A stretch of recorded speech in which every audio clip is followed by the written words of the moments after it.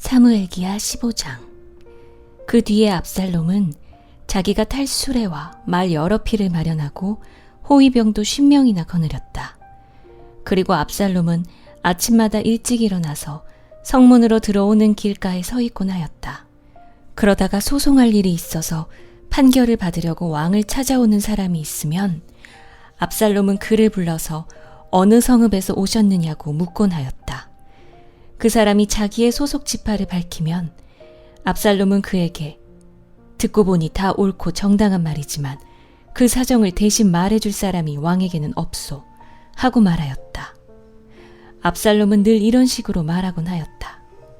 더욱이 압살롬은 이런 말도 하였다. 누가 나를 이 나라의 재판관으로 세워주기만 하면 누구든지 소속 문제가 있을 때에 나를 찾아와서 판결을 받을 수가 있을 것이고 나는 그에게 공정한 판결을 내려줄 것이요. 또 누가 가까이 와서 엎드려서 절을 하려고 하면 그는 손을 내밀어서 그를 일으켜 세우고 그의 뺨에 입을 맞추곤 하였다. 압살롬은 왕에게 판결을 받으려고 오는 모든 이스라엘 사람에게 이런 식으로 하였다. 압살롬은 이렇게 하여 이스라엘 사람의 마음을 사로잡았다. 이렇게 4해가 지났을 때에 압살롬이 왕에게 아뢰었다. 제가 주님께 서원한 것이 있으니 헤브론으로 내려가서 저의 서원을 이루게 하여 주십시오. 이 종이 시리아의 그술에 머물 때에 주님께서 저를 다시 예루살렘으로 돌려보내주기만 하시면 제가 헤브론으로 가서 주님께 예배를 드리겠다고 서원을 하였습니다. 왕이 그에게 평안히 다녀오라고 허락하니 압살롬은 곧바로 헤브론으로 내려갔다. 그러나 압살롬은 이스라엘의 모든 지파에게 첩자들을 보내서 나팔 소리가 나거든 압살롬이 헤브론에서 왕이 되었다 하고 외치라고 하였다. 그때에 200명이 압살롬과 함께 예루살렘에서 헤브론으로 내려갔다. 그들은 손님으로 초청받은 것일 뿐이며 압살롬의 음모를 전혀 알지 못한 채로 그저 따라가기만 한 사람들이다. 압살롬은 또 사람을 보내어서 다윗의 참모이던 길로 사람 아히도벨을 그의 성읍인 길로에서 올라오라고 초청하였다. 아히도벨은 길로에서 정규적인 제사 일을 맡아보고 있었다. 이렇게 반란 세력이 점점 커지니 압살롬을 따르는 백성도 점점 더 많아졌다. 전령 한 사람이 다윗에게 와서 보고하였다. 이스라엘 백성의 마음이 모두 압살롬에게로 기울어졌습니다. 그러자 다윗은 예루살렘에 있는 모든 신하에게 말하였다. 서둘러서 모두 여기에서 도망가자. 머뭇거리다가는 아무도 압살롬의 손에서 살아남지 못할 것이다. 어서 이곳을 떠나가자. 그가 곧 와서 우리를 따라잡으면 우리에게도 재앙을 입히고 이 도성도 칼로 칠 것이다. 왕의 신하들이 왕에게 대답하였다. 모든 일은 임금님께서 결정하신 대로 하시기 바랍니다. 이 종들은 그대로 따르겠습니다. 왕은 왕궁을 지킬 후궁 10명만 남겨놓고 온 가족을 거느리고 예루살렘을 떠났다. 왕이 먼저 나아가니 모든 백성이 그의 뒤를 따라 나섰다. 그들은 먼 궁에 이르자 모두 멈추어 섰다. 왕의 신하들이 모두 왕 곁에 서 있는 동안에 모든 그렛 사람과 모든 블렛 사람이 왕 앞으로 지나가고 가드에서부터 왕을 따라온 모든 가드 군인 600명도 왕 앞으로 지나갔다. 왕이 가드 사람 입대에게 말하였다. 어찌하여 장군은 우리와 함께 가려고 하오? 돌아가 있다가 새 왕을 모시고 지내도록 하시오. 장군은 외국인이기도 하고 장군의 본 고장을 두고 보더라도 쫓겨난 사람이니 그렇게 하시오. 장군이 온 것이 바로 엊그제와 같은데 오늘 내가 그대를 우리와 함께 떠나게 하여서야 되겠소. 더구나 나는 지금 정처 없이 떠나는 사람이 아니오.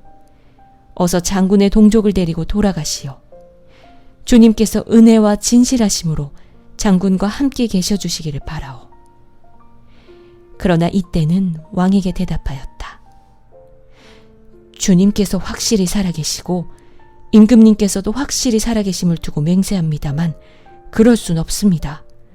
임금님께서 가시는 곳이면 살든지 죽든지 이 종도 따라가겠습니다. 그러자 다윗이 이때에게 말하였다. 그러면 먼저 건너가시오. 그리하여 가드 사람 이때도 자기의 부하들과 자기에게 딸린 아이들을 모두 거느리고 건너갔다. 이렇게 해서 다윗의 부하들이 모두 그의 앞을 지나갈 때에 온 땅이 울음바다가 되었다. 왕이 기드론 시내를 건너가니 그의 부하도 모두 그의 앞을 지나서 광야 쪽으로 행군하였다. 그런데 그곳에는 하나님의 언약궤를 메고 온 모든 레위 사람과 함께 사독도 와 있었다. 그들은 거기에다가 하나님의 궤를 내려놓았다. 아비아달도 따라 올라와서 다윗의 부하가 도성에서 나와서 왕의 앞을 모두 지나갈 때까지 거기에 있었다. 그런 뒤에 왕이 사독에게 말하였다.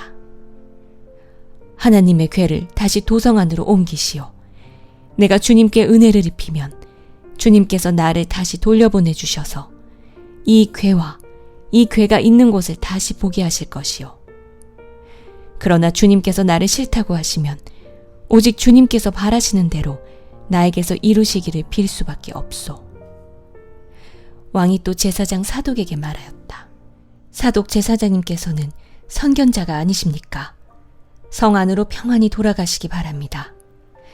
제사장께서는 아비아달 제사장과 함께 두 분의 아들, 곧 제사장님의 아들 아히마아스와 아비아달 제사장의 아들 요나단을 데리고 가십시오. 두 분께서 나에게 소식을 보내올 때까지는 내가 광야의 나루토에서 머물고 있을 터이니 이 점을 명심하십시오. 그리하여 사독은 아비아달과 함께 하나님의 궤를 다시 예루살렘으로 옮겨다 놓고서 그곳에 머물러 있었다. 다윗은 올리브산 언덕으로 올라갔다. 그는 올라가면서 계속하여 울고 머리를 가리고 슬퍼하면서 맨발로 걸어서 갔다. 다윗과 함께 있는 백성들도 모두 머리를 가리고 울면서 언덕으로 올라갔다. 그때에 누가 다윗에게 압살롬과 함께 반역한 사람들 가운데는 아히도벨도 끼어 있다는 말을 전하자 다윗이 기도하였다. 주님, 부디 아히도벨의 계획이 어리석은 것이 되게 하여 주십시오. 다윗이 사람들이 하나님을 경배하는 산 꼭대기에 다다르니 아렉사람 후세가 슬픔을 못 이겨서 겉옷을 찢고 머리에 흙을 뒤집어 쓴 채로 나아오면서 다윗을 맞았다. 다윗이 그에게 말하였다. 그대가 나와 함께 떠나면 그대는 나에게 짐만 될 것이요. 그러니 그대는 이제 성으로 돌아가서 압살롬을 만나거든 그를 임금님으로 받들고 이제부터는 새 임금의 종이 되겠다고 말하시오. 이제까지는 임금의 아버지를 섬기는 종이었으나 이제부터는 그의 아들 새 임금의 종이 되겠다고 말하시오. 그것이 나를 돕는 길이고 아히도벨의 계획을 실패로 돌아가게 하는 길이요. 그곳에 가면 두 제사장 사독과 아비아달이 그대와 합세할 것이요. 그러므로 그대가 왕궁에서 듣는 말은 무엇이든지 두 제사장 사독과 아비아달에게 전하시오. 그들은 지금 자기들의 아들 둘을 그곳에 데리고 있어. 사독에게는 아히마아스가 있고 아비아달에게는 요나단이 있으니 그대들이 듣는 말은 무엇이든지 그들을 시켜서 나에게 전하여 주시오. 그리하여 다윗의 친구인 후세는 성으로 들어갔다. 같은 시간에 압살롬도 예루살렘에 도착하였다.